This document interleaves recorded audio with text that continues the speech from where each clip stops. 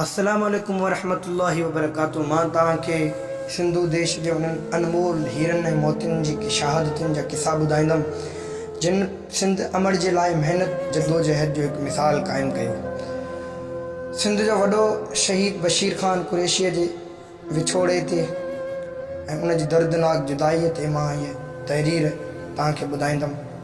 पहिरियां हिन बैत सां जो अप्रैल महीनो सिंधु देशनि जे कुर्बानीनि जो कातिल दोदा धार कया केतिरा सिंध अमर जा, तूं कातिल आहीं, तूं कातिल आहीं, तूं कातिल आहीं, अप्रैल तूं कातिल आहीं। सिंध जी तारीख़ जा इहे नाला जेके कॾहिं बि सिंधी क़ौम खां न विसरण जहिड़ा आहिनि, जेके हिन ज़ालिम महीने अप्रैल असांखां जुदा कया। हिन निभागे महीने में 4 अप्रैल ते शहीद ज़ुल्फ़िकार अली भुट्टे जो विछोड़ो, 25 अप्रैल ते रहबर सिंध साईं जीएम सैयद जो विछोड़ो, 21 अप्रैल ते सिंध ऐं सैयद जे आशिकनि सराई कुर्बान खावड़ ऐं सिंध साथियुनि जो विछोड़ो ऐं 7 अप्रैल 2012 ते सिंध जे अबू जिहाद शहीद सिंधु देश मोहतरम बशीर ख़ान कुरैशीअ जो विछोड़ो थियो। शहीद बशीर ख़ान कुरैशी सादड़ो ऐं मोहबती इंसान हुयो। हिन जे दिलि में बसि हिकु ई ख़्यालु हूंदो हो त उहो इहा सिंध जंहिंजी हज़ारे साल पुराणी तारीख़ आहे, जंहिंजा अणॼाण मोहिन जो दड़ो ऐं आमिरी जा आसार मिलनि था। साईं जीएम सैयद जे फ़िक्र जो सचो पैरोकार, सिंध धरतीअ जो आशिक़, हिकु अरडो सिपाही हो।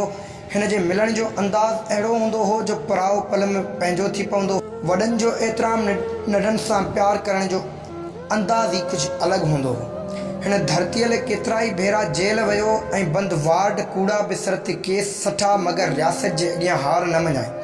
हिकु दफ़ो कंहिं साईं जीएम सैयद खे इहो तानू हणंदे चयो त ही वाह त ॻाढ़ा छोरा सिंधु देश जी आज़ादी लाइ अव्हांजो साथ ॾींदा। उन्हनि ते साईं मुर्की चयो, जी हा, न्याज़ हिमानीअ जे हिन शेर जीअं सिंध मकली ऐं सामुईअ जो कसम, शाह जे सुहिणीअ मारीअ जो कसम।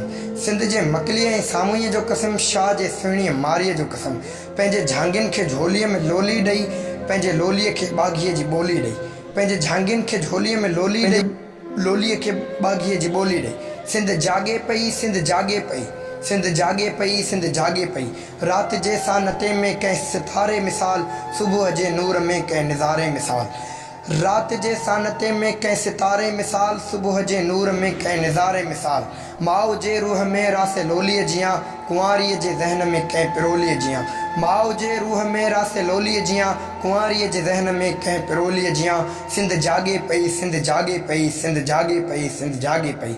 सो हिन जोधे जवान करे ॾेखारियो इहे अबोझ ऐं वात ॻाढ़ा छोकिरा शहीद बशीर ख़ान कुरैशी ऐं सिंध घुरे थी आज़ादी। फ्रीडम मार्च जो ऐलान करे 23 मार्च 2012 ते ॻोठ शहरनि में लखनि सिंधियुनि खे गॾु करे दुनिया खे ॿुधायो त असीं हिकु तारीख़ी क़ौम आहियूं, असांजो हिकु मुल्क तारीख़ी मुल्क आहे। वक़्त जे रहज़ननि खां बर्दाश्त न थियो। हिकु साज़िश सां असांजो महबूब लीडर शहीद बशीर ख़ान कुरैशी 7 अप्रैल ते असांखां जुदा करे पंहिंजे मक़सदनि में कामयाबु थी विया।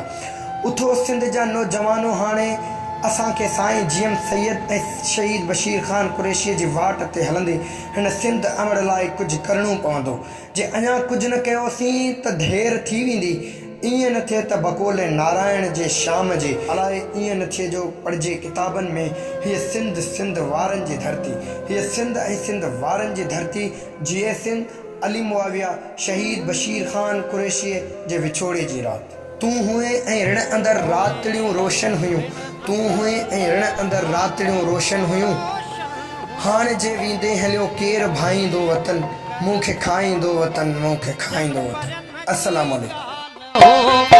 पान जो बलहार जीअं वॾ खुड़े जहिड़ो वतन, तूं नरेड़ी डंढ ते, तूं नरेड़ी डंढ ते, तूं झजे कुरनाओ जीअं ॼण हीअं जे घाव जीअं मूंखे खाईंदो वतन, केर भाई दो वतन।